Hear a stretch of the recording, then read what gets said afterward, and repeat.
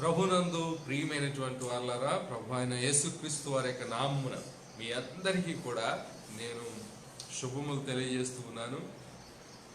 దేవుడు గతించిన కాలం అంతా కూడా మనల్ని కాపాడి సంరక్షించి ప్రపంచవ్యాప్తంగా భయంకరమైనటువంటి వైరస్ ద్వారా అనేక మంది అనేక రకాలైనటువంటి ఇబ్బందులకు గురవుతూ చాలామంది ఈ లోకాన్ని విడిచి వెళ్ళిపోవడం అనేటువంటిది జరిగింది. లక్షల కొలది ప్రజలు మరి దీని యొక్క బారిన పడటం, అలాగే మరి అనేక మంది ప్రజలు చనిపోవటం అనేటువంటిది జరుగుతూ ఉన్నది.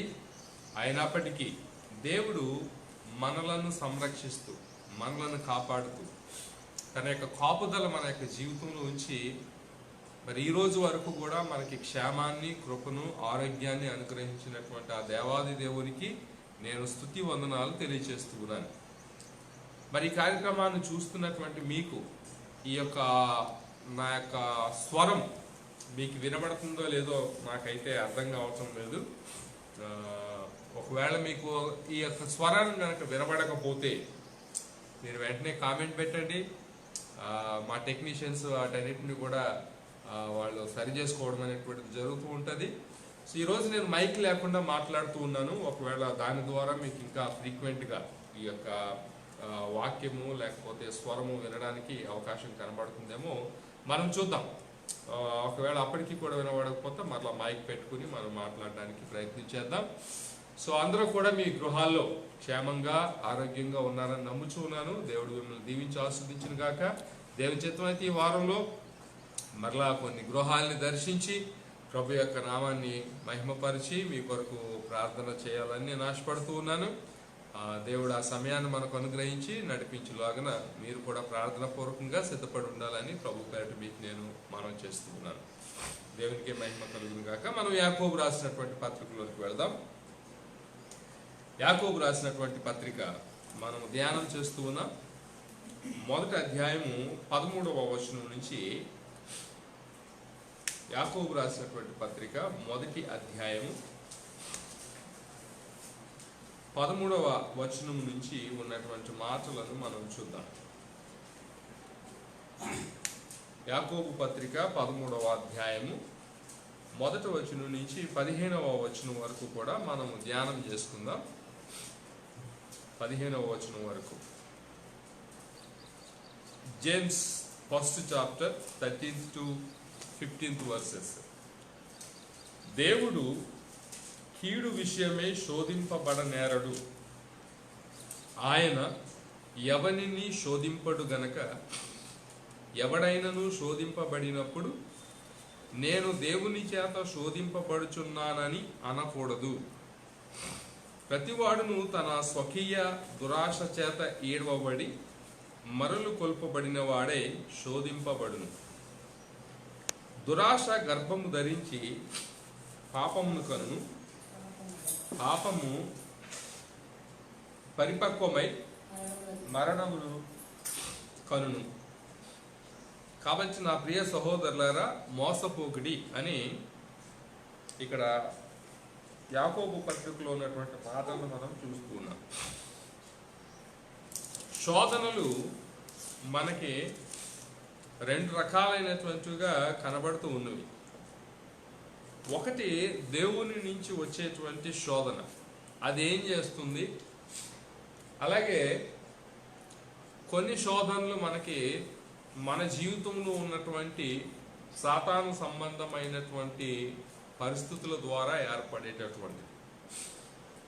ఇక్కడ మాట్లాడుతున్నటువంటి శోధన దేవుని ద్వారా వచ్చేటువంటిదిగా కాదు అనేటువంటి సంగతిని మనం చూస్తున్నాం.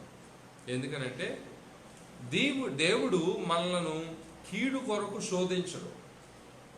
దేవుడు శోధించేటువంటి శోధన విధానం వేరుగా ఉంటుంది. మన వాక్యంలో దాన్ని ధ్యానం చేసుకున్నాం. అలాగే ఈ పత్రిక మొదట్లో కూడా మనం దాన్ని ధ్యానం చేయడం అనేటువంటిది జరిగింది. దేవుని యొక్క శోధన అది ఏ రీతిగా ఉంటుందో మనము దేవుని లేఖనాల్లో గతంలో గ్రహించడం అనేటువంటిది జరిగింది. సో దేవుడి వలన వచ్చేటువంటి శోధన మనల్ని ఏం చేస్తుందనంటే విశ్వాసంలో బలపరుస్తుంది. అది విశ్వాసంలో ఇంకా ప్రతిష్టాత్మకంగా మనల్ని నడిపించడానికి ప్రయత్నం చేస్తూ ఉంటుంది. కానీ దేవుని వల్ల వచ్చేటువంటి శోధన మనకు కీడును కలగజేసేటువంటిది కాదనేటువంటి సంగతిని మనం జ్ఞాపకం చేసుకోవాలి. విశ్వాస పరీక్ష కొరకైనటువంటి శోధన తప్ప మరి ఏది కూడా, అంటే కీడు విషయమైనటువంటి శోధన దేవుని నుండి మనకి రాదు అనే సంగతిని మనము గ్రహించాలి. దేవుని నుండి మనకు రాదనేటువంటి గ్రహించాలి. విశ్వాస సంబంధమైనటువంటి పరీక్షను గురించి కనుక మనం చూసినట్లయితే ఆదికాండం 22వ అధ్యాయము మొదటి 2 వచనాలు కనుక మనం చూస్తే, ఆదికాండము 22వ అధ్యాయము మొదటి 2 వచనాలు కనుక మనం చూసినట్లయితే అక్కడ అబ్రహామును శోధించినటువంటి విధానం మనం చూస్తాం. ఆదికాండము 22వ అధ్యాయము మొదటి 2 వచనాల్లో మనం చూసినట్లయితే, ఆ సంగతులు జరిగిన తర్వాత దేవుడు అబ్రహామును పరిశోధించెను అని మనం చూస్తూ ఉన్నాం.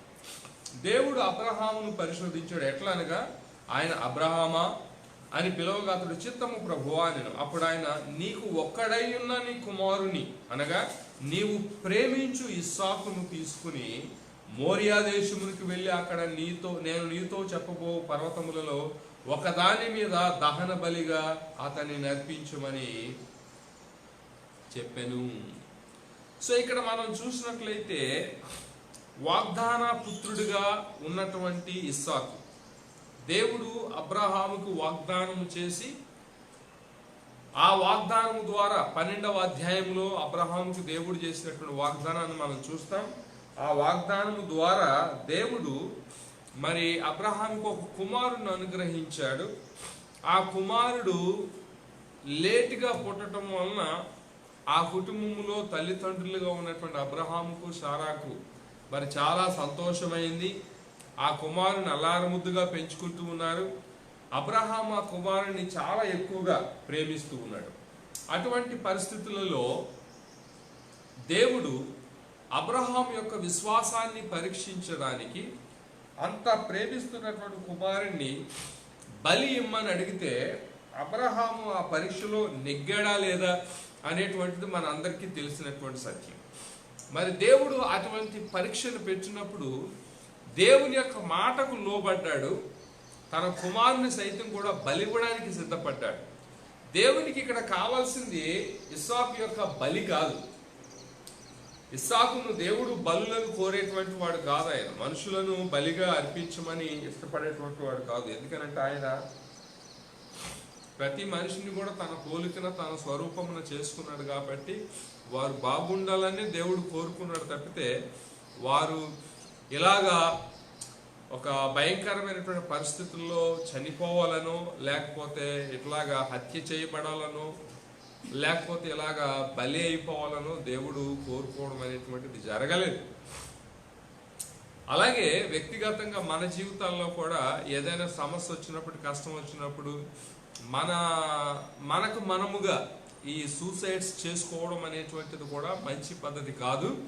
ఎందుకనంటే మనము జీవము కలిగినటువంటి దేవునిని విశ్వసిస్తూ ఉన్నాము కాబట్టి, ఆయనను మనము మహిమపరుస్తున్నాం కనుక ఆయన మహిమార్థమై మనకు ఎదురయ్యేటువంటి ఒకవేళ దేవుని నుంచి వచ్చేటువంటి శోధనలు ఏమన్నా ఉన్నట్లయితే అవి నువ్వు తట్టుకునేటంత వరకే దేవుడు అనుగ్రహిస్తాడు. కనుక వాటిల్లో నువ్వు నిలబడినప్పుడు అది మన జీవితానికి ఎంతో దీవెనకరంగా ఉంటుంది, ఆశీర్వాదకరంగా ఉంటుంది. ఇంకా విశ్వాసంలో మనం అభివృద్ధి చెందడానికి ఉంటుంది. అబ్రహాము ఈ యొక్క పనిలో దేవుని యొక్క పరీక్షలో అతడు పాస్ అయ్యాడు కాబట్టే దేవుని వాక్యం ఏం చెప్తుందనంటే అతడు విశ్వాసులకు తండ్రి అయ్యాడని దేవుని యొక్క లేఖనం సెలవిస్తుంది. కాబట్టి దేవుని యొక్క బిడ్డలారా, దేవుని సంగమా, దేవుడు అబ్రహామును పరిశోధించాడు. అబ్రహాం యొక్క విశ్వాసం అభివృద్ధి చెందింది. అబ్రహాము విశ్వాసులకు తండ్రి స్థానంలో తీసుకుని రాబడటం అనేటువంటిది జరిగింది. ఆ యొక్క పరీక్ష ద్వారా, దేవుడు పెట్టినటువంటి ఆ యొక్క శోధన ద్వారా అబ్రహాం యొక్క జీవితంలో జరిగినటువంటి ఒక గొప్ప మేలు. దేవుడు ఒక మేలు కొరకే మనలను శోధించడం అనేటువంటిది జరుగుతుందనే సంగతిని మనం గ్రహించాలి. అందుకని కీర్తన గ్రంథం 66వ కీర్తన 10 నుంచి 12 వచనాల్లో ఏమంటాడనంటే, కీర్తనకారుడు కీర్తనల గ్రంథం 66వ కీర్తన కీర్తనల గ్రంథం 66వ కీర్తన 10 నుంచి 12 వచనాలు కనుక మనం జాగ్రత్తగా చూసినట్లయితే కీర్తనకారుడు అక్కడ ఏమని మాట్లాడుతాడంటే, దేవా నీవు మమ్మును పరిశీలించి ఉన్నావు, వెండిని నిర్మూలము చేయి రీతిగా మమ్మును నిర్మూలన చేసి ఉన్నావు. నీవు బందీ గృహములో మమ్మను ఉంచితివి, మా నడుముల మీద గొప్ప భారము పెట్టితివి. నరులు మా నెత్తి మీద ఎక్కినట్లు చేసితివి. మేము నిప్పులలోను నీళ్లలోను పడితిమి, అయినను. జాగ్రత్త గమనించండి, ఇన్ని జరిగినప్పటికీ కూడా కీర్తనకారుడు అయినను నీవు సమృద్ధి గల చోటికి మమ్మును రప్పించి ఉన్నావు అని చెప్పేసి అని మాట్లాడుతున్నాడు. దేవునికి మహిమ కలుగును గాక. మరి దేవుడు పరిశీలన చేసినప్పటికీ, దేవుడి పరిశోధన చేసినప్పటికీ, ఆ పరిశోధనలో ఆ పరిశీలనలో కొంత వారు పెయిన్ఫుల్ పరిస్థితులు గుండా వారు ప్రయాణం చేసినప్పటికీ కూడా రిజల్ట్ ఏంటంటే దేవుడు వారందరినీ కూడా ఒక సమృద్ధి కలిగినటువంటి చోటికి తీసుకుని వెళ్ళినట్లుగా, మరి ఒక క్షేమకరమైనటువంటి ప్రదేశానికి తీసుకుని వెళ్ళినట్లుగా దేవుని యొక్క వాక్యంలో మనము గ్రహించడం అనేటువంటిది జరుగుతూ ఉంది. మనకి ఆ దేవుని యొక్క శోధన కాలంలో కొన్నిసార్లు కాస్త నొప్పిగా మనం ఉన్నప్పటికీ కూడా తర్వాత ఆ రిజల్ట్ ఏంటనంటే మనము ఒక క్షేమకరమైనటువంటి, ఒక సంతోషకరమైనటువంటి, ఒక ఆరోగ్యకరమైనటువంటి ఆ స్థానంలోనికి మనం ప్రవేశిస్తామనేటువంటి ఆ నిరీక్షణ, విశ్వాసము మనం కలిగి మన యొక్క జీవితంలో మనం కొనసాగాలి.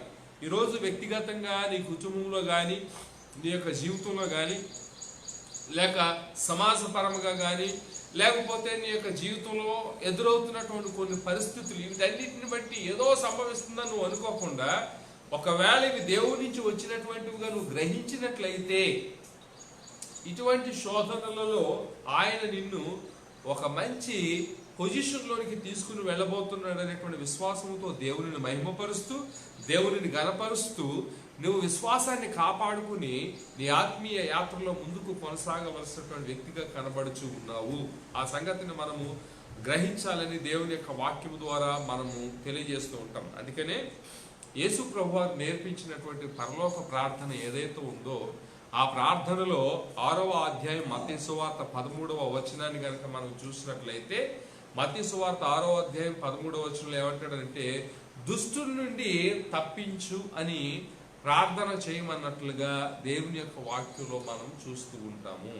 దేవుని యొక్క వాక్యంలో అంటే ఏంటనంటే, మనం శోధనలో ప్రవేశించకుండా దుష్టు నుంచి తప్పించు అనేటటువంటి మనము ప్రార్థన చేస్తాం. అంటే దేవుడు తన యొక్క ఉద్దేశం ఏంటనంటే మనకి కీడు చేయాలని కాదు, దుష్టత్వంలోనికి నడిపించాలని కాదు, దుష్టునికి మనల్ని అప్పగించాలని కాదు, దుష్టు నుంచి తప్పించు అని ప్రార్థన చేయమని ఆయనే మనకి ఆయన ప్రార్థన నేర్పించినట్లుగా దేవుని యొక్క వాక్యంలో మనం చూస్తూ ఉన్నాం.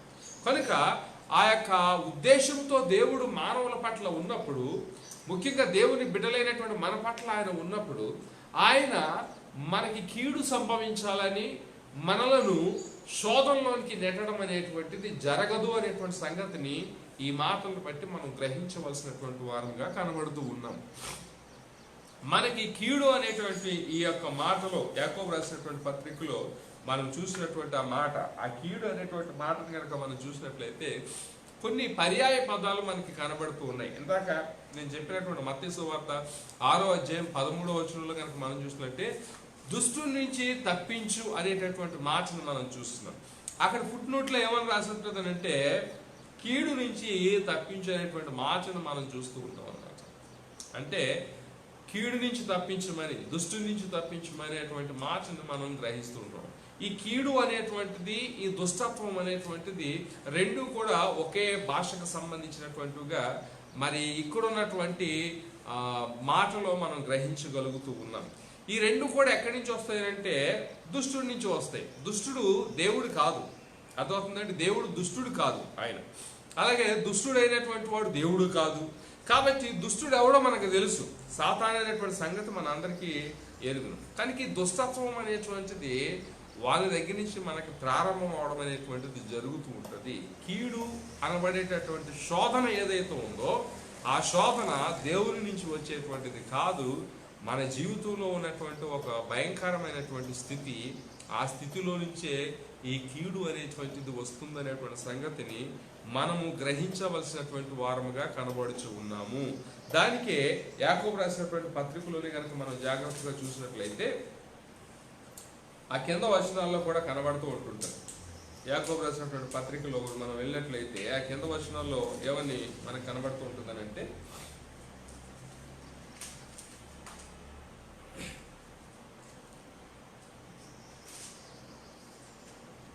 ప్రతివాడును తన స్వకీయమైన దురాశ చేత ఎడవబడి మరల కలుపబడిన వాడే శోధింపబడును, దురాశ గర్భమును ధరించి పాపమును కనగా అనేటటువంటి మాటను చూస్తున్నాం. అంటే ఆ కీడు అనేటటువంటి మాటకు పర్యాయ పదాల్లో ఒకటి దుష్టుడు లేకపోతే దుస్తత్వము అనేటువంటిది ఒకటి మనం చూస్తూ ఉన్నాము.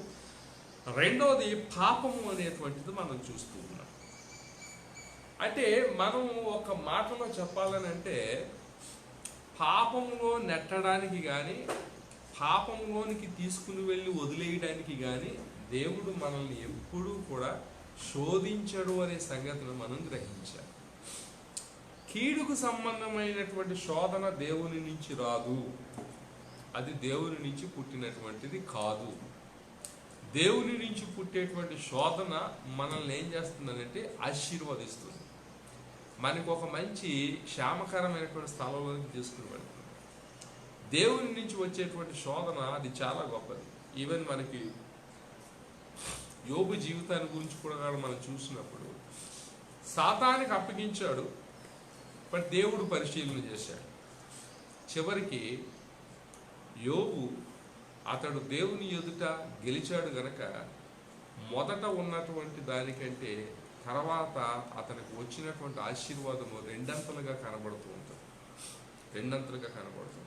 కానీ మధ్యలో అతనికి బాధాకరమైనటువంటి పరిస్థితులు జరిగినాయి, భయంకరమైనటువంటి పరిస్థితులు జరిగినాయి. సో అనేకమైనటువంటి వ్యతిరేకతలు కుటుంబంలో భార్య నుంచి కానీ లేకపోతే మిగిలినటువంటి సమాజం నుంచి కానీ రావడం అనేటువంటి జరిగింది. ఇన్ని జరిగినప్పటికీ కూడా, ఇన్ని విషయాలు ఏర్పడినప్పటికీ కూడా ఎంత మాత్రము యోబు విశ్వాసాన్ని విడిచిపెట్టలేదు. కనుకే అతడు తిరిగి రెండంతల ఆశీర్వాదాన్ని పొందుకోవడం అనేటువంటిది జరిగినట్లుగా మనం దేవుని లేఖనాల్లో చూస్తూ ఉంటాం. కనుక దేవుని నుంచి వచ్చేటువంటి శోధనలు మనల్ని ఆశీర్వదిస్తుంది, కానీ అది పాపంలోనికి నెట్టివేయదు, కీడులోనికి పంపించదు అనేటువంటి సంగతిని మనము గ్రహించాలి. అయితే ఇప్పుడు మనం చదువుకున్నటువంటి 13 నుంచి ఈ యొక్క 15 వచనాల్లో ఉన్నటువంటి ఆ శోధన మన యొక్క జీవితాల్లో ఏం చేస్తుందనంటే, మన యొక్క స్వకీయ దురాశలను బట్టి సాతానుడు మనలో కలిగించేటువంటి, మన హృదయంలో నింపినటువంటి ఈ దురాశ క్రియలను బట్టి మాత్రమే ఈ కీడు అనబడేటటువంటి శోధన వస్తుందనేటువంటి సంగతిని మనము గ్రహించవలసినటువంటి వారముగా కనబడుతూ ఉన్నాము. కనుక దేవుని లేఖనంలో కనుక మనం చూసినట్లయితే దేవుడు వాస్తవానికి కీడును ద్వేషిస్తూ ఉన్నాడు. ఆయన కీడును ప్రేమించుట లేదు, పాపమును ద్వేషిస్తూ ఉన్నాడు, పాపమును ప్రేమించుట లేదు. దేవుని యొక్క గొప్పతనము, దేవుని యొక్క గుణలక్షణాలు అవి చాలా చాలా గొప్పగా కనబడుతూ ఉంటాయి. వాటిని గురించి ధ్యానం చేసుకోవాలంటే దానికి కొన్ని నెలలు పడుతుంది మనకి, దేవుని గుణ లక్షణాలను గురించి కనుక మనం ధ్యానం చేసుకోవాలంటే. సో అంత ఉన్నతమైనటువంటివి ఆయన యొక్క గుణ లక్షణాలు. చూడండి, బైబిల్లో 1-2 విషయాలు నేను మీకు తెలియజేస్తూ ఉంటాను. దేవుడు ఇష్టపడనటువంటివి ఏమిటోలేయో మనం దేవుని యొక్క లేఖనాల్లో చూద్దాం. దేవునికి వ్యతిరేకముగా ఉండేటువంటి విషయాలు ఏమిటుంటాయో మనం దేవుని యొక్క లేఖనాల్లో చూద్దాం. ద్వితీయోపదేశ కాండము 12వ అధ్యాయము, ద్వితీయోపదేశ కాండము 12వ అధ్యాయం కనుక మనం చూసినట్లయితే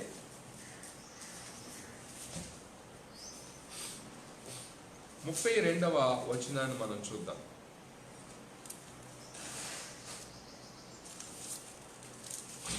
ద్వితీయోపదేశ కాండం 12వ అధ్యాయము 32వ వచనాన్ని కనుక మనం చూసినట్లయితే, నేను మీకు ఆజ్ఞాపించుచున్న ప్రతి మాటను అనుసరించి చేయవలెను, దానిలో ఏమీ కలపకూడదు, దానిలో నుండి ఏది తీసివేయకూడదు. సో ఇక్కడ మనం చూసినట్లయితే దేవుడు మరి కొన్ని మాటలను ఇక్కడ చాలా జాగ్రత్తగా చెబుతూ ఉన్నాడు. ఎందుకు ఈ మాటలు చెబుతూ ఉన్నాడు అంటే 31వ వచనంలో కనుక మనం ఇంకా 30వ వచనం నుంచి కనుక మనం చూసినట్లయితే అక్కడ ఏమని మాట్లాడతాడనంటే, వారి దేవతలను ఆశ్రయింపగోరి ఈ జనములు తమ దేవతలను కొలిచినట్లు నేనను చేసేదనని అనుకొనకుండా జాగ్రత్తగా ఉండవలెను. తమ దేవతలకు వారు చేసినట్లు నీ దేవుడైన యెహోవాను గూర్చి చేయవలదు. ఏలయనగా యెహోవా ద్వేషించు ప్రతి హేయక్రియను వారు తమ దేవతలకు చేసిరి. వారు తమ దేవతల పేరట తమ కుమారులను తమ కుమార్తెలను అగ్నిహోత్రములో కాల్చివేయుదురు గదా అని మాట్లాడుతున్నాడు. అంటే తమ పిల్లలను దేవతలకు బలి ఇవ్వటం అనేటువంటిది ఏదైతే జరిగిందో అటువంటి క్రియలు హేయ క్రియలుగా దేవుడు ద్వేషిస్తున్నట్లుగా మనం చూస్తున్నాం. అంటే ఒక కీడుకు సంబంధించినటువంటి పరిస్థితులు ఇప్పటికీ కూడా కొన్ని కుగ్రామములలో అప్పుడప్పుడు పేపర్లోను న్యూస్లోను మనం చూస్తూ ఉంటుంటాము. వారు బలులు అర్పించినటువంటి సందర్భాలు, పిల్లలను కానీ లేకపోతే కుటుంబంలో మనుషులు కానీ లేకపోతే గుప్త నిధుల కొరకు కానీ మరి మనుషులను బలి అర్పించినటువంటి విధానాలను మనము అప్పుడప్పుడు వింటూ ఉంటుంటాం. సో ఇప్పటికీ కూడా ప్రపంచంలో ఏదో ఒక చోటన ఇటువంటి భయంకరమైనటువంటి ఆచారాలు ఉండటం ద్వారా మరి చాలా స్థలాల్లో ఇటువంటి సంఘటనలు జరగటం అనేటువంటిది చూస్తూ ఉన్నాం. దేవునికి ఇది ఇష్టమైనటువంటిది కాదు. అంటే ఒక కీడుకు సంబంధించినటువంటి దానిని దేవుడు ప్రోత్సహించట్లేదు అనేటువంటి సంగతిని మనం దీని ద్వారా నేర్చుకుంటూ ఉన్నాం. ఇంకా మనం దేవుని యొక్క వాక్యంలో చూసినట్లయితే 11వ అధ్యాయం కీర్తనల గ్రంథంలో కనుక మనం వెళ్ళినట్లయితే కీర్తనలో 11వ కీర్తన 5వ వచనాన్ని మనం చూద్దాం. కీర్తనలు 11వ కీర్తన 5వ వచనాన్ని కనుక మనం చూసినట్లయితే,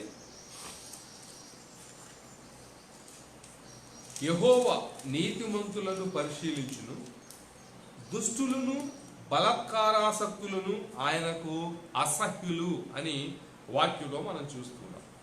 అంటే ఇక్కడ మనం చూసినట్లయితే దేవుడు దుష్టులను కానీ బలాత్కారాసక్తులను కానీ ఆయనకి ఇష్టమైనటువంటి వారిగా ఎంచుకోవట్లేదు. వారు ఆయనకు అసహ్యులు అనేటటువంటి మాటను దేవుని యొక్క లేఖనంలో మనం చూస్తూ ఉన్నాం. సో దేవుడు దుష్టత్వాన్ని అసహించుకుంటున్నాడు. దుష్టులను మరి దుష్టులలో పనిచేస్తున్నటువంటి ఆ దుష్టత్వాన్ని ఆయన అసహించుకుని ఏమాత్రము కూడా దానిని ప్రేమించి ప్రోత్సహిస్తున్నట్లుగా దేవుని యొక్క లేఖనాలు మనకి తెలియచేయటం లేదు అనే సంగతిని మనం గ్రహించాలి. కనుక ఏ శోధనైనా కీడుకు సంబంధించినటువంటిది దేవుని నుంచి వచ్చేటువంటిది కాదు.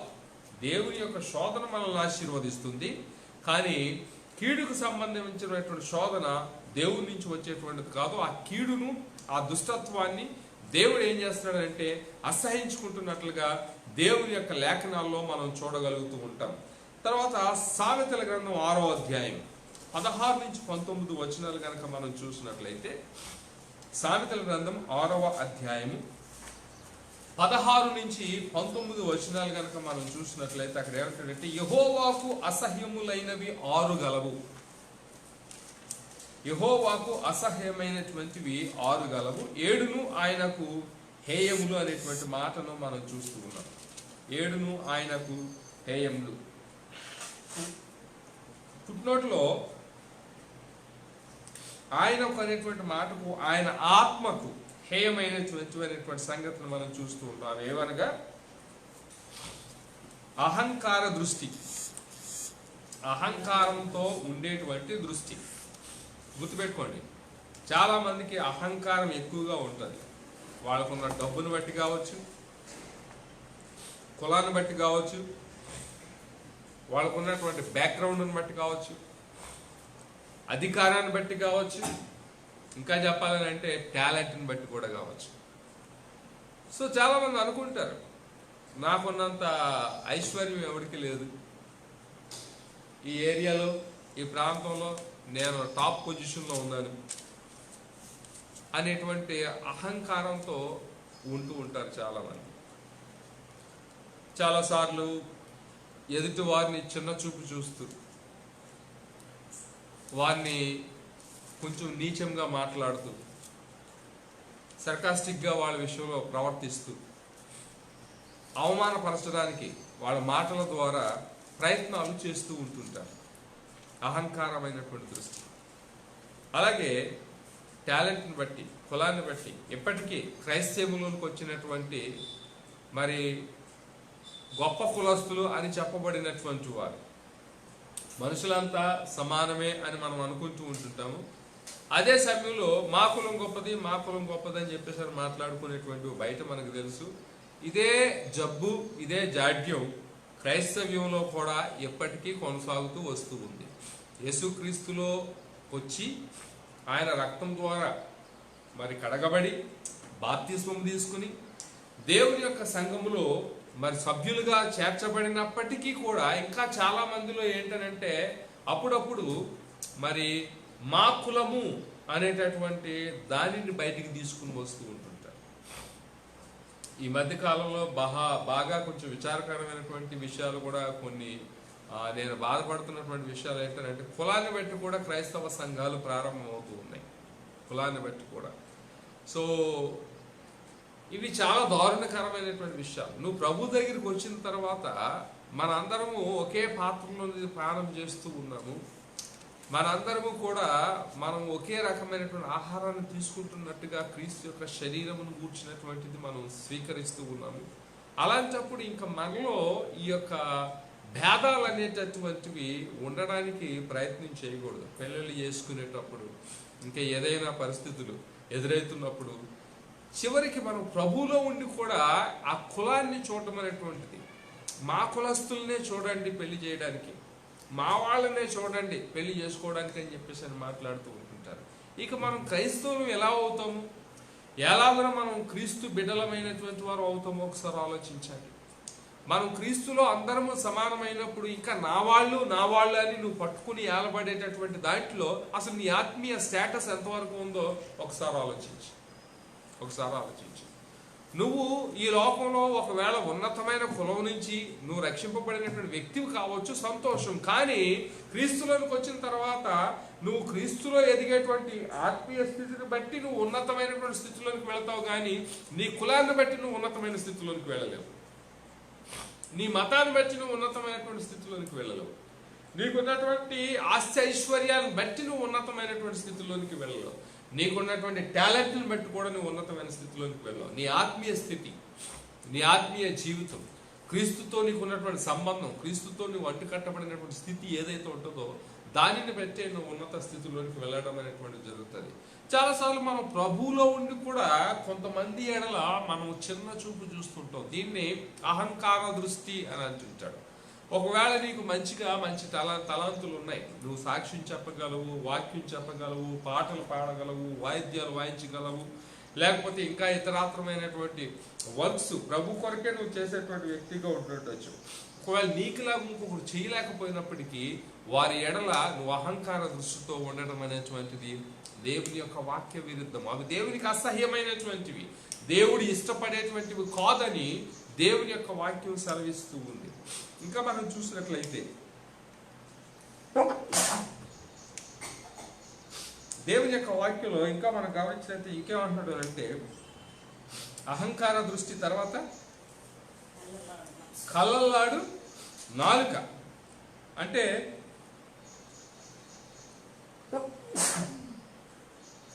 అబద్ధాలు ఆడేటటువంటి నాలుక. సో ఇలాంటి నాలుక అది ఉండకూడదు అని దేవుని యొక్క వాక్యం మనకి తెలియజేస్తుంది. తర్వాత నిరాపరాధులను చంపు చేతులు, దుర్యాలోచనలు ఆలోచించేటువంటి ఆలోచనలు, తర్వాత కీడు చేయుటకు త్వరపడి పరిగెత్తేటువంటి పాదములు, లేని వాటిని పలుకు అబద్ధ సాక్షి. గుర్తుపెట్టుకోండి, దేవుని వాక్యం వింటున్నటువంటి వాళ్ళు కొన్ని విషయాలు నేను ప్రత్యేకించి చెప్పవలసి వస్తుంది. చాలాసార్లు విశ్వాసులు ఉన్నది ఒకటైతే దానికి మనం మసాలాలు జోడించి బోల్డ్ అనే విషయాలు మనం కొంతమందికి చెప్పడానికి ప్రయత్నం చేస్తూ ఉంటుంటాం. దేవుని సంఘంలో ఉన్నటువంటి విశ్వాసులమైనటువంటి మనం గ్రహించవలసినటువంటి విషయం ఏంటంటే, దేవుని బిడ్డలముగా మనం ఎప్పుడూ కూడా మనం ఏదైతే తెలుసుకున్నామో దాన్నే మాట్లాడడానికి ప్రయత్నం చేయాలి, దాన్నే చెప్పడానికి ప్రయత్నం చేయండి. ఏది విన్నామో అదే చెప్పడానికి ప్రయత్నం చేయండి. నువ్వు ఏది విన్నావో ఆ విన్నదాన్ని నువ్వు ఏదైతే అర్థం చేసుకున్నావో ఆ అర్థం చేసుకున్న దాన్ని వివరించి చెప్పడానికి ప్రయత్నం చేయొద్దు. ఎందుకంటే దాన్ని నువ్వు అర్థం చేసుకున్న మీనింగ్ మారిపోవచ్చు, నువ్వు అర్థం చేసుకున్నటువంటి విధానం మారిపోవచ్చు. దాన్ని వివరిస్తే అప్పుడు చెప్పబడినటువంటి మాట ఏమవుతుందనంటే వేరే రకంగా ప్రయాణం చేయడానికి ప్రయత్నం చేస్తుంది. అనేక మంది మధ్యలో అది సమస్యలను తీసుకుని వచ్చేటువంటి పరిస్థితుల్లోకి వెళ్తుంది. సో మనము సహజంగా ఒకవేళ ఏదైనా చెప్పవలసి వస్తే మనం ఏది విన్నామో అదే చెప్పాలి. మనం ఏది తెలుసుకుంటున్నామో దాన్నే చెప్పడానికి ప్రయత్నం చేయాలి. ఏది పడితే అది చెప్పడానికి మనం ప్రయత్నం చేయకూడదు. ఇక్కడ దేవుని వాక్యం లేని వాటిని పలుకు అబద్ధ సాక్షి. అర్థమవుతుందండి? లేనటువంటి వాటిని గురించి మనం మాట్లాడద్దు. ఎవరి గురించి అయినా మనం ఏదైనా చెప్పవలసి వచ్చినప్పుడు ఉన్నది ఉన్నట్టుగానే చెప్పడానికి మనం సిద్ధపడితే కొన్నిసార్లు మనం విరోధం కావచ్చు కొంతమందికి, కానీ నువ్వు సత్యాన్ని మాత్రమే మాట్లాడడానికి సిద్ధపడాలని దేవుని యొక్క వాక్యంలో నుంచి మనం చూస్తున్నాం. అలా కాకపోతే అది దేవునికి అసహ్యమైనటువంటిది, దేవుని ఇష్టపడేటువంటిది కాదు అనేటువంటి సంగతిని మనం గ్రహించాలి. తర్వాత ఇంకేమంటాడంటే అన్నదమ్ములలో కలహములు పుట్టించువాడును. అన్నదమ్ములలో కలహములు పుట్టించువాడు. నేను అంటాను ఇది శరీర సంబంధమైనటువంటి అన్నదమ్ములే కాదండి, ఆత్మ సంబంధమైనటువంటి అన్నదమ్ముల మధ్యలో విశ్వాసుల మధ్యలో కూడా కలహాలను పుట్టించేటువంటి వారు సంఘాల్లో ఉండకూడదు. అందుకని విశ్వాసులు కొండములు చెప్పడం మానుకోవాలి, ఒకరి మీద ఒకరు చాడీలు చెప్పుకోవడం మానుకోవాలి. వాళ్ళ బలహీనతకు నీ బలాన్ని చేకూర్చి ప్రభువా ఈ విశ్వాసి ఇలాంటి స్థితిలో ఉంటున్నారు కాబట్టి ఆయన క్షమించి, లేక ఆ సహోదరిని క్షమించి ఆ సహోదరుని క్షమించి వారి నీలో బలపడేటట్లు సహాయం చేయ ప్రభువా. నీ ప్రవర్తన ద్వారా నీ మాటల ద్వారా వారిని ప్రభువులను నడిపించడానికి ప్రయత్నించే. వారు దేవునికి దూరం అవుతున్నప్పుడు ఇంకా నీ క్రియల ద్వారా పూర్తిగా దూరంగా పెట్టడానికి ప్రయత్నం చేయొద్దని దేవుని యొక్క వాక్యాన్ని బట్టి తెలియజేస్తున్నారు. కొంతమంది ఉంటారు భ్రష్టత్వాన్ని స్వీకరించుకుని భ్రష్టులుగా జీవించి బయటకు పోవడానికి ప్రయత్నం చేస్తుంటారు. వాళ్ళని మనం ఏమీ చేయలేము, ప్రార్థన చేయడం తప్పితే. కానీ నీవుగా ఒక వ్యక్తికి ఇంకొక వ్యక్తికి మధ్యలో జగడాన్ని పుట్టించి కలహాన్ని పుట్టించి అటు వారిని దేవునికి కానీ దేవుని సన్నిధికి కానీ అలాగే కుటుంబంలో నుంచి కానీ దూరం చేయడానికి ప్రయత్నాలు చేయకూడదనే సంగతిని మనం గ్రహించవలసినటువంటి వారంగా కనబడుతున్నాం. ఈ 7 విషయాలు కూడా దేవునికి అసహ్యమైనటువంటివి. సామెతల గ్రంథం 6వ అధ్యాయము 10వ వచనం నుంచి ఉన్నటువంటి మాటలను మనం 16వ వచనం నుంచి 19వ వచనం వరకు ఉన్నటువంటి మాటలను మనం జాగ్రత్తగా గ్రహించవలసినటువంటి వారంగా కనబడుచు ఉన్నాము. సో ఇక్కడ చెప్పబడినటువంటి ఈ యొక్క శోధన ఎలాంటిదనంటే మనలో ఉన్నటువంటి కోరికలను అలాగే మనలో ఉన్నటువంటి ఇష్టాల వల్ల అది కలుగుతుందనేటువంటి సంగతిని మనం యాకోబు రాసినటువంటి పత్రికలో మనం చూస్తున్నాం. ఇప్పుడు ఇన్ని విషయాలు మనం ధ్యానం చేసిందంతా కూడా ఏంటంటే దేవుని యొక్క శోధన మనల్ని బలపరుస్తుంది. ఆయన కీడును మాత్రం ప్రేమించినటువంటి వాడు కాదు, కీడు కొరకు మనల్ని శోధించినటువంటి వాడు కాదు. అలాంటి కీడు ఏదైనా మన జీవితంలో సంభవించిందని అంటే అది దేవుని వలన వచ్చినటువంటిది కాదు, అది దేని వలన వచ్చింది అనేటువంటిది దేవుని యొక్క వాక్యంలో మనం చూస్తూ ఉన్నాం. మళ్ళా 13-14 వచనాన్ని నేను చదువుతున్నాను, జాగ్రత్తగా గమనించండి. దేవుడు కీడు విషయమే శోధింపబడినాడు, ఆయన ఎవరిని శోధింపడు గనుక ఎవడైనాను శోధింపబడినప్పుడు నేను దేవుని చేత శోధింపబడుచున్నానని అనకూడదు. నాకు ఈ కీడు దేవుడు ఎందుకు కలగజేశాడో, నాకు ఈ శ్రమ దేవుడు ఎందుకు కలగజేశాడో, నాకే దేవుడు ఎందుకు పెట్టాడో అని చాలాసార్లు మనము దేవుని మీద నింద మోపడానికి ప్రయత్నం చేస్తుంటాం, దేవునిని తోలనాడడానికి ప్రయత్నం చేస్తూ ఉంటుంటాం. కీడులు ఎప్పుడు కూడా దేవుని నుంచి రావు. సో దేవుని అది ఎక్కడి నుంచి వస్తుంది అనేటువంటిది దేవుని యొక్క వాక్యం సెలవిస్తుంది అంటే 14వ వచనం, ప్రతివాడును తన స్వకీయమైన దురాశ చేత ఏడవబడి మరులు కొల్పబడిన వాడై శోధింపబడును అని దేవుని యొక్క వాక్యం సెలవిస్తుంది. ప్రతివాడును ఏం చేస్తున్నాడనట? తన స్వకీయమైన దురాశ చేత, అంటే తనకి ఇష్టమైనటువంటి దురాశల చేత ఏడవబడి శోధింపబడుతున్నాడు. దీని అర్థం ఏంటనంటే దేవుడు ద్వారా శోధన రావట్లేదు. ఈ కీడు సంబంధమైనటువంటి శోధన దేన్ని బట్టి వస్తుందనంటే నీ ప్రవర్తనను బట్టి, నీ క్యారెక్టర్ని బట్టి, నీ జీవితంలో ఉన్నటువంటి ఆ దేవునికి ఇష్టము కానటువంటి స్థితులను బట్టే ఇది నీ జీవితానికి ఏర్పడుతూ ఉంది. ఈ కీడు అనేటువంటిది, ఈ దుష్టత్వం అనేటువంటిది, ఈ పాపం అనేటువంటిది నీ జీవితంలో ఏర్పడుతుందనే సంగతిని నువ్వు గ్రహించాలి. ఒకవేళ ఇప్పటికీ ఇటువంటి కీడులో నువ్వు ఉన్నట్లయితే అది దేవునిది కాదు, కేవలం నీ క్రియల ద్వారా, నీ స్వకీయమైనటువంటి ఇష్టాలు, నీ కోరికలు ఏదైతే నువ్వు దేవునికి విరుద్ధంగా నెరవేర్చుకోవడానికి ప్రయత్నం చేస్తున్నావో వాటి ద్వారా అది ఏర్పడుతుందనేటువంటి సంగతిని నువ్వు దేవుని వాక్యాన్ని బట్టి నువ్వు గ్రహించాలి. చూడండి, మత్తయి సువార్త 15వ అధ్యాయం 19వ వచనాన్ని కనుక మనం చూసినట్లయితే, the gospel of Matthews 15th chapter 19th verse. మత్తయి సువార్త 15వ అధ్యాయము 19వ వచనాన్ని మనము చూద్దాం. మత్తయి సువార్త 15వ అధ్యాయము 19వ వచనాన్ని మనం చూద్దాం. దురాలోచనలు, నరహత్యలు, వ్యభిచారమును, వేశ్యాగమనములు, దొంగతనములు, అబద్ధ సాక్ష్యములు, దేవదూషణలు హృదయములో నుండియే వచ్చును. ఇవే మనుషుని అపవిత్రించును గాని చేతులు కొడక భోజనము చేయుట మనుషులను అపవిత్రపరచదని చెప్పెను. ఇక్కడ మనం చూసినట్లయితే మనుషులను అపవిత్రపరిచేటువంటిది ఏమిటి అనేటువంటిది ఇక్కడ మనం చూస్తున్నాం. చేతులు కడుక్కోకపోవడం మనుషులను అపవిత్రపరచడం. మరి ఈరోజు కరోనా వైరస్ రావడం వలన ఏం చేస్తున్నారంటే అందరూ కూడా బాగా చేతులు కడుక్కోండి అంటాడు. ఈరోజు నాకు జలుబు చేయటం వల్ల నిన్న చల్లనీళ్ళతో తలకి నేను స్నానం చేయటంతో జలుబు స్టార్ట్ అయింది.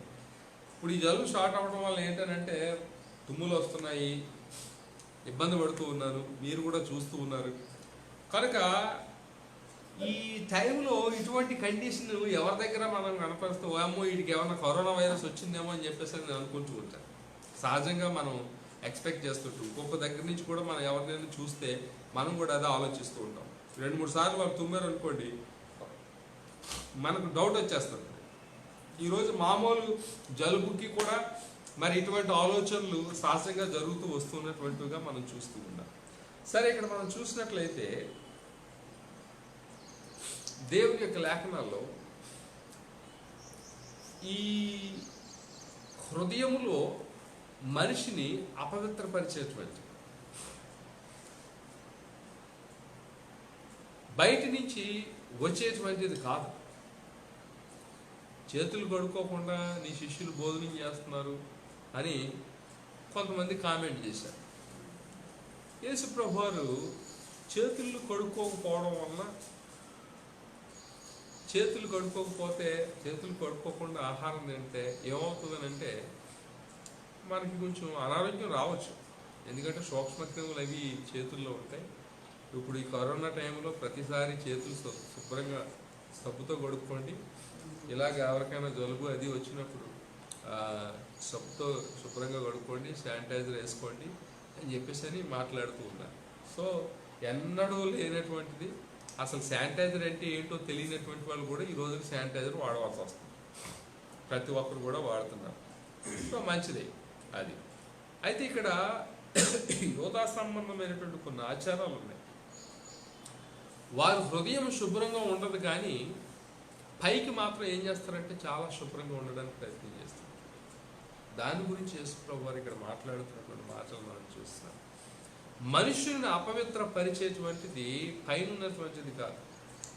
ఏది అపవిత్రపరుస్తుందనంటే నీ లోపల హృదయంలో ఉన్నటువంటిదే నిన్ను అపవిత్రపరుస్తుంది. నేను చెప్తున్నాను, త్రాగుడు తాగడం వల్ల నువ్వు అపవిత్రపరచబడవు. నేను మరలా చెప్తున్నా, జాగ్రత్తగా వినండి. త్రాగుడు తాగడం వల్ల నువ్వు అపవిత్రపరచబడవు అంటే నేను తప్పు బోధిస్తున్నానని చెప్పేసి అని మీలో చాలా మంది అనుకోవచ్చు. ఇదేంటి, మామూలుగా మీరు ఏదో అలా వాక్యం వింటూ వింటూ సడన్గా ఈ మాట వినేటప్పటికి కొంచెం అటెన్షన్ పెట్టుకుని ఉండొచ్చు మీరు. ఏంటి, నేను తప్పు విన్నానా లేకపోతే పాస్టర్ గారు తప్పు చెప్పారా అని మీరు అనుకోవచ్చు. మళ్ళా చెప్తున్నాను, త్రాగుడు తాగడం వల్ల నువ్వు అపవిత్రపరచబడట్లేదు. అంటే కొంతమంది తాగుబోతులు ఎవరైనా ఇది చూసినప్పుడు ఓహో పాస్టర్ గారు భలే చెప్తున్నారు, అయితే రేపు నుంచి మనం ఫుల్గా తాగేద్దాం అని అనుకుంటూ ఉంటారు. నిన్ను అపవిత్రపరిచేటువంటిది నువ్వు బయటి నుంచి తీసుకునేటువంటిది కాదు. ఒకవేళ నీకు అది అనారోగ్యాన్ని తీసుకురావచ్చేమో, కానీ నీ హృదయంలో కోరిక ఉంది చూసావా, తాగాలి అనేటువంటి కోరిక. ఆ కోరిక నిన్నేం చేస్తుందనంటే అపవిత్రపరుస్తుంది. అంటే నువ్వు తాగక ముందే తాగాలి అనేటటువంటి కోరిక నిన్నేం చేస్తుందనంటే అపవిత్రపరుస్తుంది.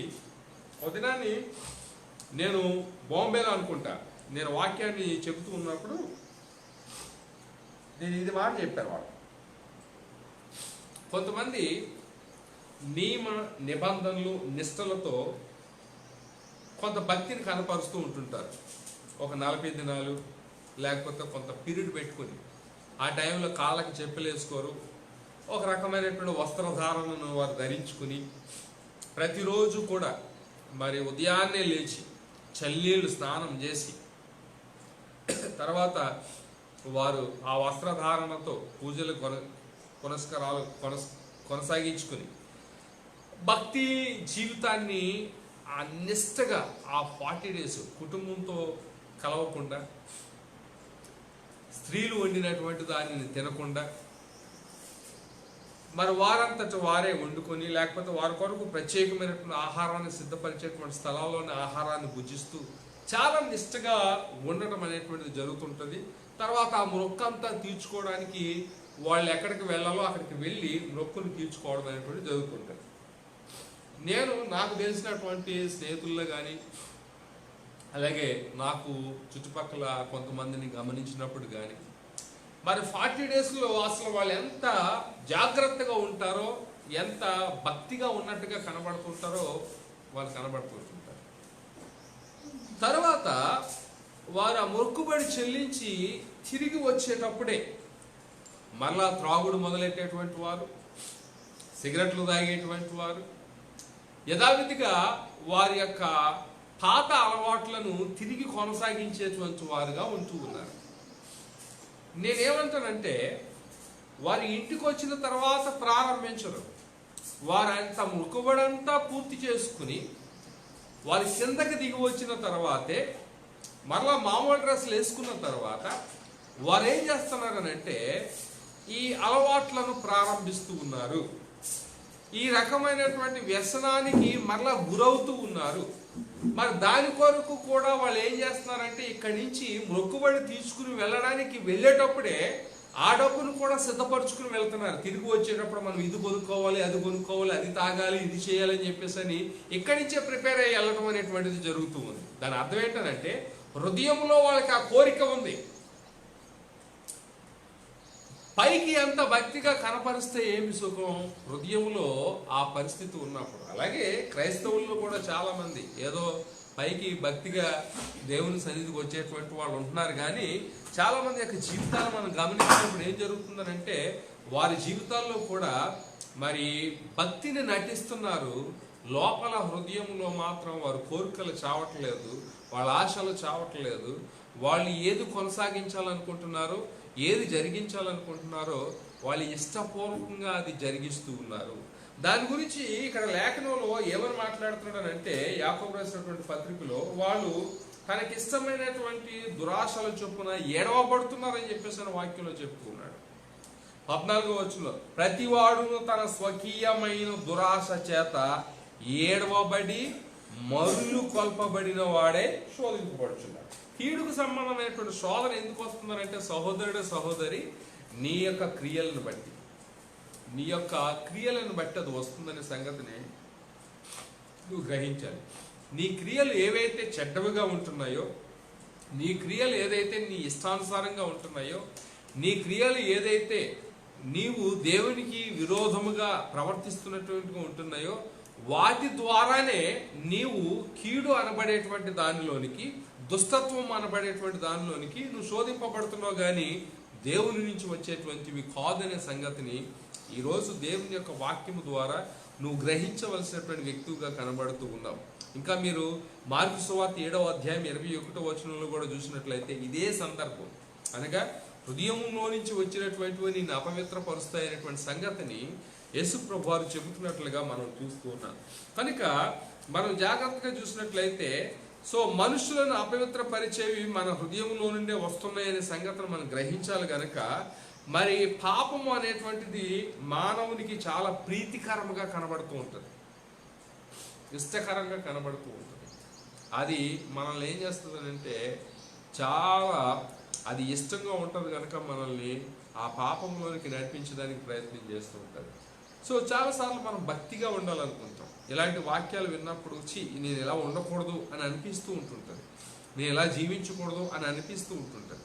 కానీ మరలా లోక సంబంధమైనటువంటి పరిస్థితులు, ఆ పాప సంబంధమైనటువంటి పరిస్థితులు మన జీవితంలోకి వచ్చినప్పుడు మనము ఏం చేస్తామంటే ఏదైతే చేయకూడదు అనుకుంటామో దానిని చేయడానికి ప్రయత్నం చేస్తూ ఉంటాం. అదే దేవుని యొక్క వాక్యులు ఏమంటాడంటే గలతీయులకు రాసినటువంటి పత్రిక 5వ అధ్యాయం 16 నుంచి 17 వచనాలు కనుక మనం చూసినట్లయితే, గలతీయులకు రాసినటువంటి పత్రిక 5వ అధ్యాయం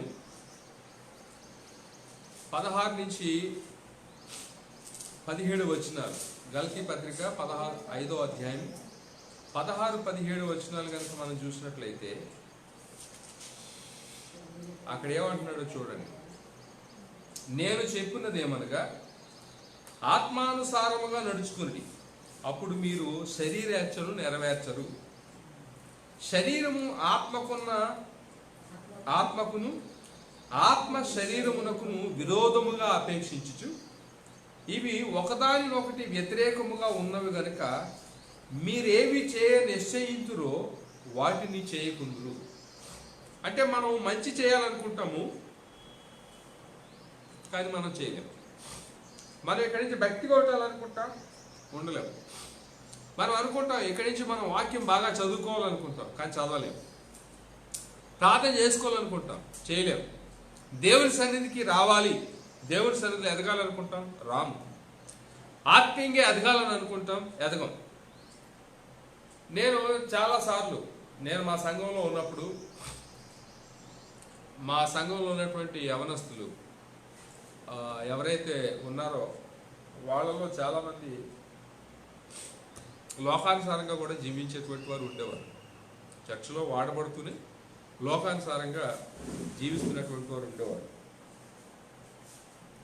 ఎప్పుడైనా ఎవరైనా మంచి దైవజనులు వచ్చి వాళ్ళు చక్కటి వాక్యాన్ని ప్రకటించిన తర్వాత ఒకవేళ లాస్ట్లో ప్రార్థనకి రమ్మన్నప్పుడు యవనస్తులు కూడా లైన్లో నిలబడి ప్రార్థన చేయించుకున్నప్పుడు వాళ్ళు చెప్పేవారు, మేము సాతాను శోధనలోంచి బయటకు వచ్చేలాగా ప్రార్థన చేయండి అని చెప్పేసి చెప్తున్నారు. అక్కడ వాళ్ళు అడుగుతున్నారు ఏంటంటే శోధన నుంచి బయటికి రావాలని ఆశ ఉంది వాళ్ళకి, భక్తిగా జీవించాలని ఆశ ఉంది, కానీ జీవించలేకపోతున్నారు. వాళ్ళు ఆ శోధనలో నుంచి బయటికి రాలేకపోతున్నారు. చాలామందికి చెప్తున్నారు, అడుగుతున్నారు, కానీ ఆ స్థితిలోంచి బయటికి రాలేకపోతున్నారు. ఈరోజు నా మాటలు వింటున్నటువంటి నీవు కూడా అదే స్థితిలో ఉన్నావేమో. నీకు ఆశ ఉంది భక్తిగా జీవించాలని, నీకు కోరిక ఉంది, కానీ నువ్వు దేవుని యొక్క సన్నిధిలో జీవించలేని వ్యక్తిగా ఉంటున్నావు. దేవుని సన్నిధికి అంటుకట్టబడలేని స్థితిలో నువ్వు ఉంటున్నావు. దేవునితో నీవు ఏమాత్రం కూడా సంబంధం లేకుండా దూరముగా జరిగిపోతున్నటువంటి వ్యక్తిగా ఉంటున్నావు. దేవుని సన్నిధి అంటేనే ఇష్టపడినటువంటి స్థితిలో నువ్వు ఉంటూ ఉన్నావు. ఎందుకు నీ జీవితంలో ఆ ఇష్టత ఉండటం లేదనంటే ఇదిగో పాపము నీలో, దురాశ నీలో, నీ ఇష్టానుసారమైనటువంటి జీవితం నీలో, నీ హృదయంలో అదేం చేస్తుందంటే పనిచేస్తూ ఉంది, నిన్ను అపవిత్రపరుస్తూ ఉంది. కాబట్టి శరీరము నిన్నేం చేస్తున్నారంటే ఆ శరీర సంబంధమైనటువంటి క్రియలు నీ మీద ప్రభావాన్ని చూపిస్తున్నాయి. ఒక పక్క ఆత్మ సంబంధమైనటువంటి క్రియలు, ఆత్మానుసారమైనటువంటి జీవితము నీలో పనిచేయడానికి ప్రయత్నం చేస్తుంది, శరీర సంబంధమైనటువంటి క్రియలు నీలో పనిచేస్తూ ఉన్నాయి. ఈ రెండింటి మధ్య ఒక పోరాటం జరుగుతూ ఉంటే నువ్వు దేని వైపుకు మొగ్గు చూపిస్తున్నావు అంటే శరీర సంబంధమైనటువంటి వాటి వైపుకే నువ్వు మొగ్గు చూపిస్తున్నావు. నువ్వు అనుకుంటున్నావు నేను అక్కడికి వెళ్తే బాగుంటుంది, ఆత్మీయ స్థితిలోకి వెళ్తే బాగుంటుంది అని అనుకుంటున్నావు, కానీ నువ్వు రాలేకపోతున్నావు. కారణం ఏంటంటే ఈ శరీర సంబంధమైనటువంటి క్రియలు నిన్ను అణిచివేస్తూ ఉన్నాయి. అందుకే పౌలు అంటాడు కదా, రోమీయులకు రాసినటువంటి పత్రిక 7వ అధ్యాయంలో కనుక మనం చూసినట్లయితే, రోమా పత్రిక 7వ అధ్యాయంలో కనుక మనం వెళ్ళినట్లయితే 15 నుంచి 20 వచనాల్లో ఏమని మాట్లాడుతాడో చూడండి. రోమా పత్రిక 7వ అధ్యాయం 15వ వచనం నుంచి 20 వచనాలు మనం జాగ్రత్తగా చూస్తే, ఏలయనగా నేను చేయనది నేను ఎరగను, నేను చేయ నిశ్చయించినది చేయక ద్వేషించినదియే చేయుచున్నాను. అంటే నేను ఏం చేస్తున్నానో నాకు అర్థం కావట్లా, చాలాసార్లు మనం అనుకుంటాం కదా, అసలు నేను ఏం చేస్తున్నాను నాకు ఏం అర్థం కావట్లేదండి అంటుంటాం మనం. సో అర్థం కావట్లా. నేను చేయ నిశ్చయించినది చేయక అంటే నేను ఏదైతే చేయాలనుకుంటున్నానో అది చేయకుండా ఏదైతే ద్వేషిస్తున్నానో దాన్నే చేస్తున్నాను అని ఇక్కడ పౌలు భక్తుడు చెబుతున్నటువంటి మాటను మనం చూస్తూ ఉన్నాం. ఇచ్చయింపనది నేను చేసిన ఎడల ధర్మశాస్త్ర శాస్త్రమైనటువంటిదిగా ఒప్పుకొనుచున్నాను, కావున ఇకను దాని చేయనది నా యందు నివసించు పాపమే గాని నేను కాదు అని మాట్లాడుతున్నాడు. పౌలు అంతటి వాడే కొన్ని విషయాల్లో ఏదైతే చేయలేకపోతున్నానో అది నేను ఏదైతే చేయకూడదు అనుకుంటున్నానో అది నేను చేస్తున్నాను, ఏదైతే చేయకూడదు అనుకుంటున్నానో అది నేను చేయవలసిన పరిస్థితిలో ఉంటుంది, ఏదైతే చేయాలనుకుంటున్నానో అది నేను చేయలేకపోతున్నాను. దీనికి మూలం ఏంటనంటే పాపము అనేటువంటి మాటను మాట్లాడుతున్నాడు. అంటే ఒక భాషలో చెప్పాలంటే దేవునిలో జీవించలేకుండా ఏదైతే జరుగుతుందో అది నీలో ఉన్నటువంటి పాపం. ఆ పాపం ఏం చేస్తుందంటే దేవుని నుంచి నిన్ను ఏం చేస్తుంది, దూరం చేస్తుంది. మనకు తెలుసు ఆదాము అవ్వలు ప్రతిరోజు దేవునితో గడిపేవారు, కానీ ఎప్పుడైతే పండు తిని పాపం చేశారో దేవుడు వచ్చే టయానికి దాక్కున్నారు. అంటే దేవుని సన్నిధి నుంచి దూరం అయిపోయారు, దేవుని నుంచి వారు దూరం అయిపోయారు. సో ఈ రోజున దేవుని బిడ్డలారా, దేవుని సంగమా, జాగ్రత్తగా గమనించండి. మనలో ఈ యొక్క పాపము అనేటువంటిది చాలా స్వీట్గా కనబడుతూ ఉంటుంది. దాంట్లో నుంచి బయటికి రావాలని అనుకుంటాం, కానీ మనం రాలేనటువంటి పరిస్థితుల్లో జీవిస్తూ ఉంటుంటాం. ఆ పాపమే మనల్ని ఏం చేస్తుందనంటే ఆ కీడులోనికి తీసుకుని వెళ్తుందనే సంగతిని మనం గ్రహించాలి. ఎఫెసీ పత్రిక 4వ అధ్యాయంలో కనుక మనం చూసినట్లయితే, ఎఫెసీ పత్రిక 4వ అధ్యాయం 22 నుంచి 24 వచనాలు కనుక మనం గమనిస్తే పౌలు భక్తుడు ఏమంటున్నాడో చూద్దాం మనం. కావున మునుపటి ప్రవర్తన విషయంలోనైతే మోసకరమైన దురాశల వలన చెడిపోవు మీ ప్రాచీన స్వభావమును వదులుకుని మీ చిత్తవృత్తి యందు నూతన పరచబడిన వారై నీతియు సమాధాన యథార్థమైన భక్తియు గలవారై దేవుని పోలికగా సృష్టింపబడిన నవీన స్వభావమును ధరించుకొనవలను అని ఇక్కడ మాట్లాడుతున్నాడు. అంటే ఏంటంటే మునుపటి ప్రవర్తన విషయంలోనైతే మోసకరమైన దురాశల వలన చెడిపోవు. అంటే మునుపటి ప్రవర్తన సంఘానికి చెబుతున్నాడు. మునుపటి ప్రవర్తన ఎలా ఉందనంటే మోసకరమైనటువంటి దురాశల వలన చెడిపోయేటువంటి. ఈ రోజుకి అనేక మంది యొక్క జీవితంలో ఆ పరిస్థితి ఉంది. మీ చిత్త వృత్తాంతం యందు మీరు నూతన పరచబడాలి. మీ ఇష్టాల యందు, మీకు ఇష్టమైనటువంటి పరిస్థితుల యందు మీరు ఏం చేయబడాలంటే నూతన పరచబడాలి. నూతన పరచబడినప్పుడు మీరు ఒక నూతన స్వభావాన్ని ధరించుకున్నటువంటి వారుగా ఉన్నప్పుడు దేవుని యొక్క దీవెనలు పొందుకుంటారు, దేవుని ఆశీర్వాదాలు పొందుకుంటారు, దేవుని యొక్క కృపలో వర్ధిల్లుతూ ఉంటారు. కానీ మనం అలాగ లేకుండా మన ఆ ప్రాచీన స్వభావంలోనే మన యొక్క జీవితాలు కనుక ఉన్నట్లయితే, మోసకరమైనటువంటి ఆ దురాశలతోనే మనం జీవిస్తూ ఉన్నట్లయితే, ఆ పాప సంబంధమైనటువంటి దురాశల్లోనే మనం సాగిపోతూ ఉన్నట్లయితే, సో దేవుని యొక్క వాక్యం ఏం చెప్తుందనంటే యాకోబు రాసినటువంటి పత్రికలు ఇవన్నీ మనకి పాపాన్ని ఆకర్షణీయంగా చూపిస్తున్నాయి. కాబట్టి పాపం ఏం చేస్తుందంటే 15వ వచనంలో దాని యొక్క ఫలితము మరణానికి దారితీస్తుంది అని చెప్తుంది. యాకోబు రాసినటువంటి పత్రిక 1వ అధ్యాయము 15వ వచనంలో ఏమని మాట్లాడుతున్నాడంటే, దురాశ గర్భమును ధరించి పాపమును కనగా పాపము పరిపక్వమై మరణాన్ని కంటుంది. అది దురాశ గర్భమును ధరించి పాపాన్ని కంటుంది. మన జీవితంలో ఆశలు ఉండొచ్చు కానీ దురాశలు ఉండకూడదు. దురాశలు ఉండకూడదు. మనకి తినడానికి తిండి ఉండాలి, కట్టుకోవడానికి బట్టలు ఉండాలి, ఉండడానికి ఒక మంచి గృహం ఉండాలి. అది ప్రతి మనిషికి ఉన్నటువంటి అవసరత. కానీ మన జీవితంలో నాకు మాత్రమే ఉండాలి, ఎదుటివాడికి ఎవరికి ఉండకూడదు అని అనుకోవడం అనేటువంటిది మంచిది కాదు. ఎదుటి వాళ్ళకంటే నాకు చాలా ఎక్కువ ఉండాలి. దేవుడు నీ జీవితంలో ఏదైతే అనుమతిస్తున్నాడో దానితోనే నువ్వు తృప్తి పడాలి. మనకి హెబ్రీయులకు రాసిన పత్రికలో కనబడుతుంది, మనం కలిగి ఉన్న వాటితోనే మనం తృప్తి చెందాలని దేవుని యొక్క వాక్యం సెలవిస్తూ ఉంది. కాబట్టి మనం దురాశల జోలికి మనం పోవడానికి ప్రయత్నం చేయకూడదు. నీకు ఏం కావాలో నీ శరీర సంబంధమైన అవసరతల్లోనే కానీ ఆధ్యాత్మిక సంబంధమైనటువంటి అవసరతల్లోనే కానీ దేవుడు ఆయన మనకి ఎప్పుడు ఏది కావాలో అది మనకు అనుగ్రహిస్తాడు ఆయన. కాబట్టి నీవు నీ అంతటి నువ్వు దురాశకు పోయి నీ ఇష్టానుసారమైనటువంటి విధానంలో జీవించడానికి ప్రయత్నం చేయొద్దు. దానివల్ల ఏం జరుగుతుందనంటే నష్టాలు మన జీవితానికి జరుగుతూ ఉంటే కీడులోనికి మనం ప్రవేశించేటువంటి పరిస్థితి ఏర్పడుతుంది అన్నటువంటి సంగతిని మనం గ్రహించవలసినటువంటి వారంగా కనబడుచున్నాం. కాబట్టి దేవుని బిడ్డలారా, దేవుని యొక్క సంగమా, ఈరోజు నా ఈ మాటలు ముగించే ముందు మీరు 2-3 విషయాలు చాలా జాగ్రత్తగా గమనించవలసినటువంటి వారంగా కనబడుతూ ఉన్నాం. కీడు అనబడేటువంటి శోధన దేవుని నుంచి ఎంత మాత్రము కూడా రాదు. అది దేవుడు పెట్టింది కాదు. కీడు అనబడేటువంటి ఆ శోధన, ఆ దుష్టత్వం అనబడేటువంటి శోధన, ఆ పాపం అనబడేటువంటి ఆ శోధన ఏదైతే ఉందో అది నీ యొక్క స్వకీయ దురాశల వలన నువ్వు ఏడవబడినటువంటి వ్యక్తిగా కేవలం నీవే కొని తెచ్చుకోవడం అనేటువంటిది జరుగుతుంది. నీవే కొని తెచ్చుకోవడం. సో చూడండి, మనం ఈ టుబాకో ఏదైతే ఉందో అవి తీసుకునేటప్పుడు అనగా సిగరెట్స్ కానీ లేకపోతే ఈ యొక్క పొగ తాగేటువంటివి ఏవైనా ఉన్నప్పుడు, అలాగే ఆల్కహాల్ తీసుకునేటప్పుడు, సో ఇది ఆరోగ్యానికి మంచిది కాదు అని వాళ్ళు ఆల్రెడీ ఒక ఏం చేస్తారంటే వార్నింగ్ ఇస్తారు అక్కడ. అది క్యాన్సర్కి దారితీస్తుంది, దీనివలన అనారోగ్యం పాలవుతారు అనేటువంటిది. అయినా మనం పట్టించుకోం.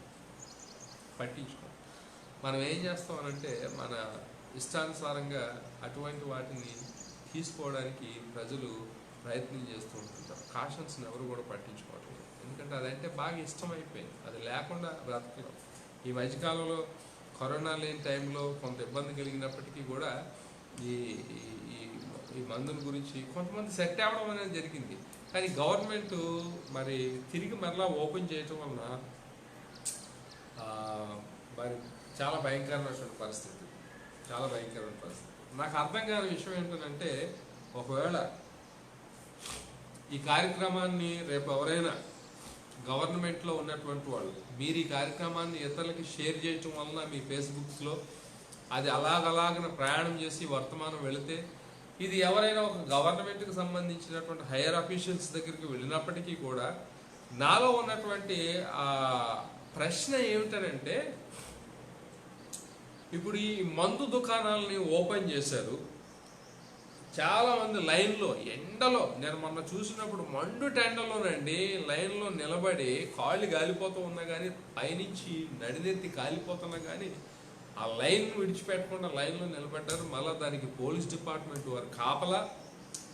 అంటే ఒక మనిషి చెడిపోవడానికి, వాడి యొక్క ఆరోగ్యం పాడు చేసుకోవడానికి, వాడి జీవితం సర్వనాశనం చేసుకోవడానికి డిపార్ట్మెంట్ని కాపలాని పెట్టి గవర్నమెంట్ ఏం చేస్తుందనంటే ప్రోత్సహిస్తున్నటువంటి పరిస్థితులు కనబడుతున్నాయి. మరి వేరియస్ దేవుని సన్నిధిలోనికి వచ్చి ఆరాధన చేసుకోవడానికి, ప్రార్థనలు చేసుకోవడానికి, పూజలు చేసుకోవడానికి, మసీదుల్లోనికి వెళ్ళి వాళ్ళు నమాజ్ చేసుకోవడానికి ఎందుకు గవర్నమెంట్ అనుమతి ఇవ్వటం లేదు? అక్కడికి వెళ్తే కరోనా వచ్చేస్తుంది, అందరికి అంటుకుంటుంది. మరి రేషన్ షాపుల ముందు లైన్లో నిలబడినప్పుడు, గుంపులుగా నిలబడినప్పుడు, మరి తర్వాత ఇలాంటి మందు దుకాణాల ముందు గుంపులుగా వచ్చి నిలబడినప్పుడు, మరి అలాంటి సమయాల్లో ఈ యొక్క కరోనా సోకదా? అలాంటి సమయాల్లో మరి కరోనా అనేటువంటిది రాదా? అటువంటి సమయాల్లో రాదని అనుకుని చివరికి కాపలాకి డిపార్ట్మెంట్ వాళ్ళు పెట్టారు. కానీ దేవుని మందిరంలో ఆరాధించాలని అంటే, దేవుని సన్నిధిలోనికి వెళ్ళి పూజలు చేయాలనంటే, దేవుని సన్నిధిలోనికి వెళ్ళి నమాజులు చేయాలనంటే ఏం చేస్తున్నారనంటే ఆఫ్ చేస్తూ ఉన్నది గవర్నమెంట్. మరి ఇది ఎంత విచిత్రకరమైనటువంటిది. లోకం దేన్ని ప్రోత్సహిస్తుందో దీన్ని బట్టి మనకు అర్థమవుతూ ఉంది. లోకంలో ఉన్నటువంటి గవర్నమెంట్స్ దేన్ని ప్రోత్సహిస్తున్నాయో దీన్ని బట్టి మనకు అర్థమవుతూ ఉంది. లోకంలో పాపం నిండి ఉంది, పాపాన్ని ప్రోత్సహిస్తూ ఉంది. మనుషులు చెడిపోయేటటువంటి తత్వానికి ప్రోత్సహిస్తూ ఉంది. అదవుతుందండి, తత్వానికి ప్రోత్సహిస్తూ ఉంది. కనుక ఇక్కడ మనం గమనించినట్లయితే మరి ప్రజలను దేవుని మందిరాలకి విడిచిపెడితే ఎలాగా చెబుతూ ఉన్నారు. గవర్నమెంట్ చివరికి ఏం చెప్తుందంటే, మనం ఎలాగా కరోనాతో సంసారం చేయక తప్పదు, దాంతోపాటు మనం ప్రయాణం చేయక తప్పదు అన్నప్పుడు. అలాంటప్పుడు ఎందుకు ఈ నిబంధనలు? విడిచిపెడితే వచ్చినటువంటి వాడు వచ్చి దేవుని మందిరాల్లో దేవుని ఆరాధించుకుంటారు కదా. వచ్చినటువంటి వాడు వస్తుంది, పోయినటువంటి వాడు ఎవడో పోతాడు. కానీ దేవుని సన్నిధిలోనికి వచ్చి దేవుణ్ణి ఆరాధించుకున్నాం అనేటువంటి తృప్తి అయినా మిగులుతూ ఉంటుంటుంది. కొన్నిసార్లు దేవుడి మీద నిజంగా గవర్నమెంట్కి నమ్మకం ఉన్నట్లయితే, దేవుడిని కనుక నమ్మేటువంటి వారు అయితే, దేవుడి వల్లనే ఈ కార్యాలు జరుగుతుందనేటువంటి విశ్వాసం కనుక కలిగి ఉన్నట్లయితే, దేవుని మందిరాలకి దేవుని బిడ్డలైనటువంటి వారిని విడిచిపెడితే వారు దేవుని సన్నిధిలోనికి వచ్చి చేసేటువంటి ప్రార్థనలు కానీ, యాగాలు కానీ, హోమాలు కానీ, లేకపోతే నమాజులు కానీ ఒకవేళ ఏదైనా వారి జీవితంలో కార్యాలు జరిగించవచ్చేమో కదా. దాని కొరకు ఎందుకు గవర్నమెంట్ చర్య తీసుకోవట్లేదు? దేవుని మందిరాలకు వస్తే మొన్నటి దినాన్ని కూడా మేము మా కుటుంబం 5గురు కలిసి ఇక్కడ దేవుని ఆరాధిస్తూ ఉన్న దరిదాపు ఈ లాక్డౌన్ ప్రారంభించినప్పటి నుంచి ఒక్క విశ్వాసి కూడా దేవుని మందిరంలోనికి రావట్లేదు.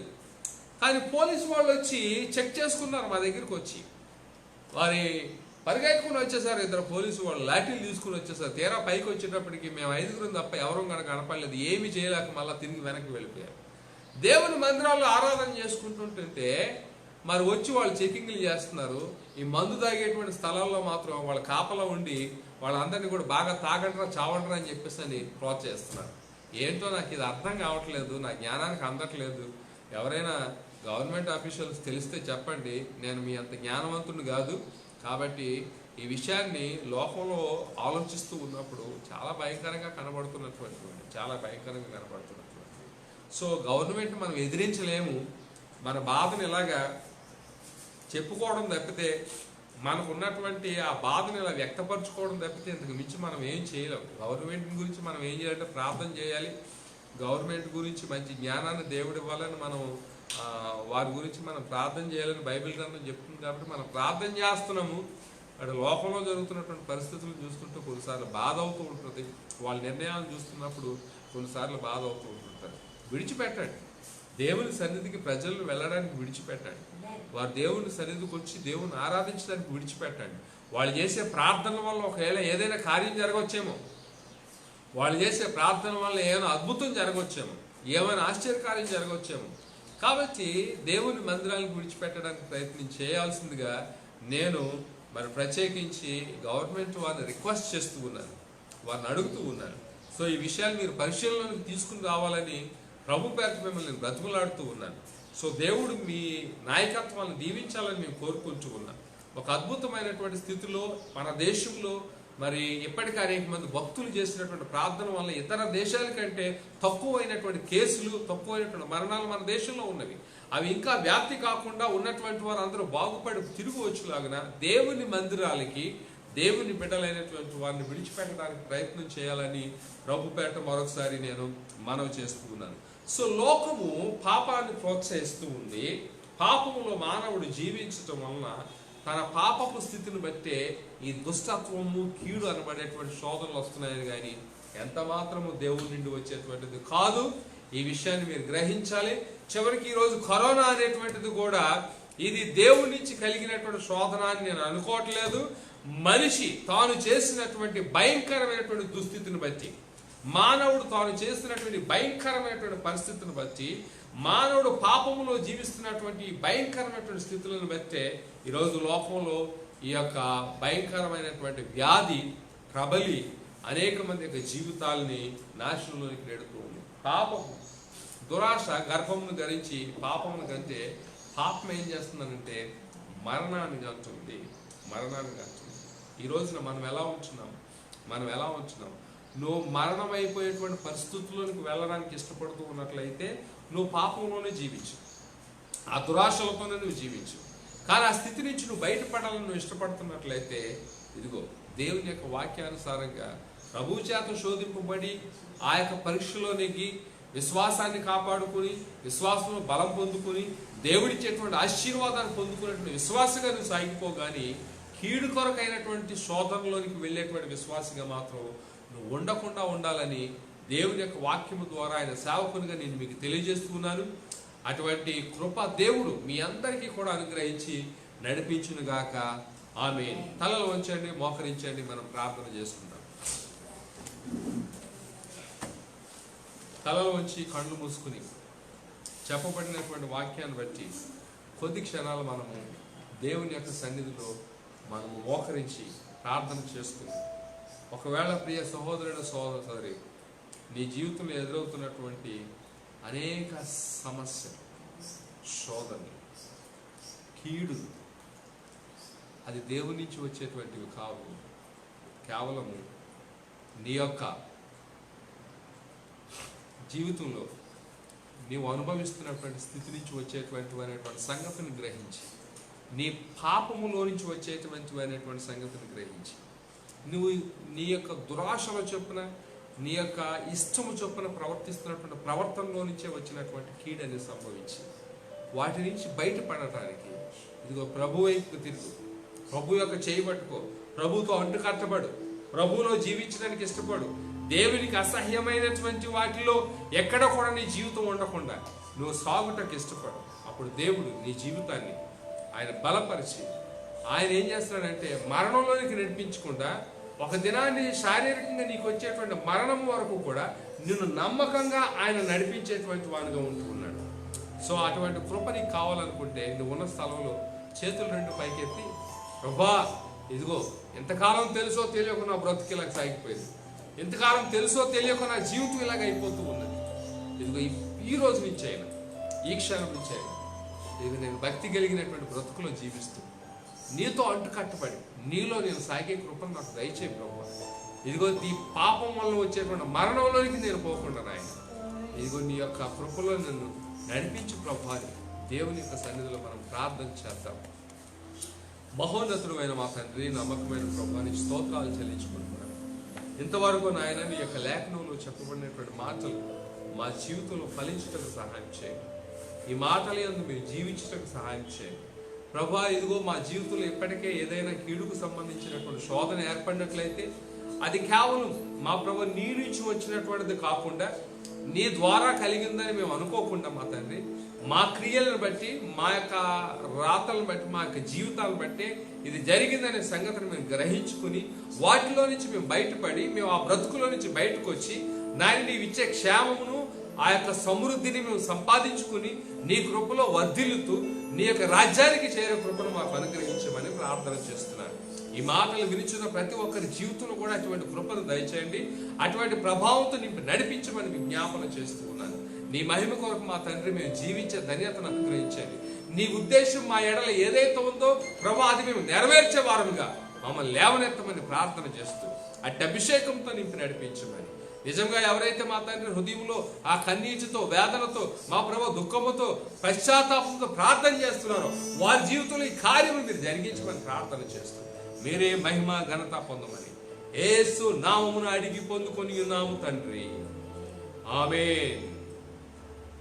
మన ప్రభు అయిన యేసుక్రీస్తు వారి యొక్క కృప, పరమ తండ్రి అయిన దేవుని యొక్క ప్రేమ, పరిశుద్ధాత్మని యొక్క అన్యోన్య సహవాసము సన్నిధి ఆయన సంఘములో ఉన్న మనందరికీ, ఈ కార్యక్రమమును లైవ్ ద్వారా చూస్తున్నటువంటి వారికి, తరువాత ఈ కార్యక్రమం వీక్షిస్తున్నటువంటి వారందరికీ ఇప్పుడు నీ ఎల్లప్పుడు సదాకాలము తోడైండి నడిపించును గాక. ఆమేన్. తండ్రి కుమార శుద్ధాత్మకును అగ్గు స్తుతి మహిమలు కల్గుగాక. ఆదిని ఇప్పుడు ఎల్లప్పుడు అయినట్లు యుగములు అవును. ఆమేన్. రాండి ఉత్సాహించి పాడుదము, రక్షణ దుర్గము మన ప్రభువే.